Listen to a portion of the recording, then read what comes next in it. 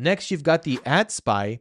And what the Ad Spy does is it helps you find product videos that dropshippers are creating for their products. And if you see a video that went viral, you know that there's probably a lot of demand for this type of product.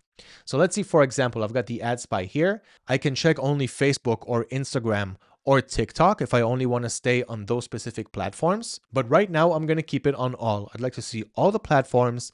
And here you've got the filter system. So you can search for a specific type of product, but here let me just go with anything that has anywhere between 100 to 1,000 likes, that has a product link to it because we're looking for dropshipping videos.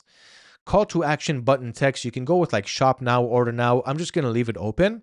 And interaction rate, I'll look for anything more than 1%. So videos that have good engagements.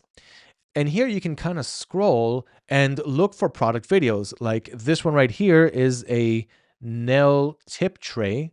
Haven't seen that before. Let's click on see TikTok ad.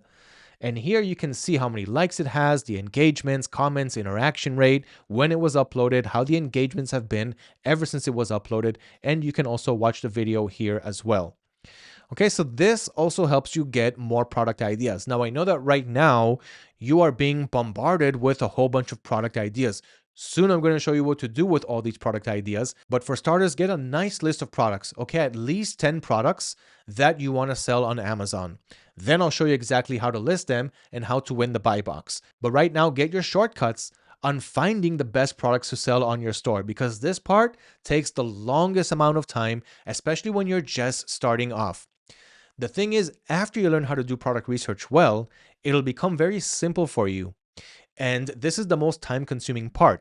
And most of it can now be automated with these tools that I'm showing you. But you still have to decide which are the products that you want to sell and how to list them on Amazon. So I'm going to show you all of that. So once again, stick with me step by step as we go through all the methods, and I'll give you my top recommendations.